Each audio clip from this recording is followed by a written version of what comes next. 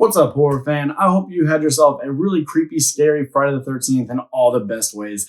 I know I did. I actually had the opportunity to go see Friday the 13th Part 3 in theaters, and the auditorium was packed.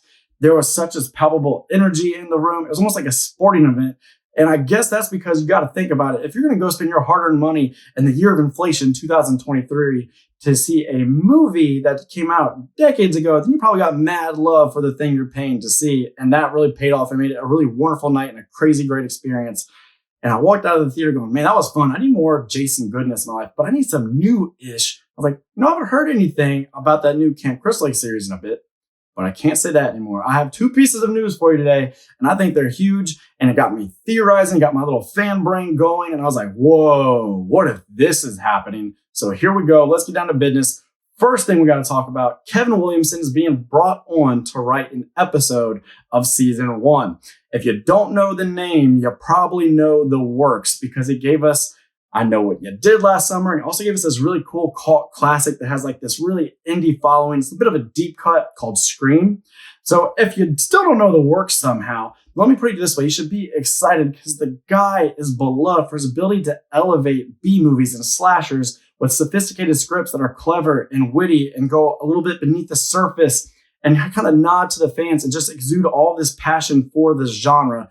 That's why this guy is such a major catch and such a great addition to this new movie. He actually just had another movie come out called Sick, and I saw a lot of Friday the 13th isms in that movie, so it just makes sense to make him a part of the team. I think he's going to do great. So we have him now on board. We have the guy running the show that also ran the show over at Hannibal on NBC, and that thing was critically acclaimed and applauded by fans, and A24 is involved. So this is quite the mind meld. This is quite the creative force driving this show. I think this is going to be unlike any other Friday the 13th thing we've ever seen before. And then second bit of news to get excited about, Adrienne King, who portrayed Alice, the original final girl in the series, the character that off the original villain, Pamela Voorhees.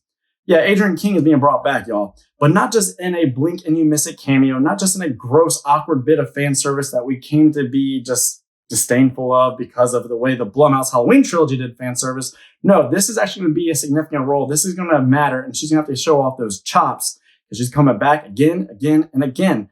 And then I kept reading all this news. I saw a bit about, well, yeah, we're going to focus a lot on Jason. We're also going to focus a lot on Pamela. And I was like, huh.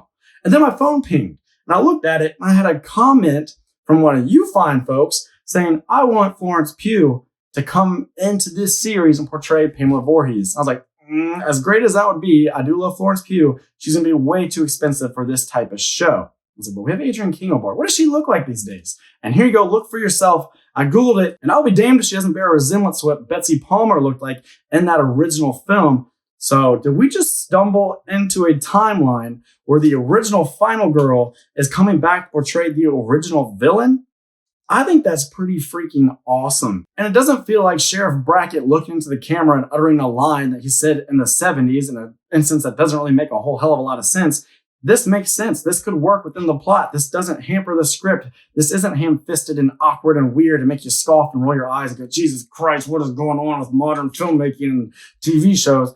No, this actually makes sense. This could be really, really cool. So what do you think? Do you like the idea? Do you think she's suited for the part? Do you think she looks it? You know, because I'm saying I think it looks like a duck. I think it walks like a duck. I think we have ourselves a duck. I think we have ourselves a Pamela Voorhees. Kevin Williamson's on board. He's going to write some good stuff for her in whatever role she is in. I'm stoked, y'all. I think this is going to be great. I really do. So anyway, there you go. That is the news. Go ahead and subscribe to the channel if you had a good time with this video, because we're going to be talking a lot about Friday the 13th in the weeks to come. I'm going to go back and review each entry, and then I will rank the franchise. We have all sorts of Scream stuff coming up on the horizon. It's about to kick off, y'all. Horror 2023 is about to get going in a big way. I hope you're a part of it here on the channel. And even if you're not, I still have something I got to ask you.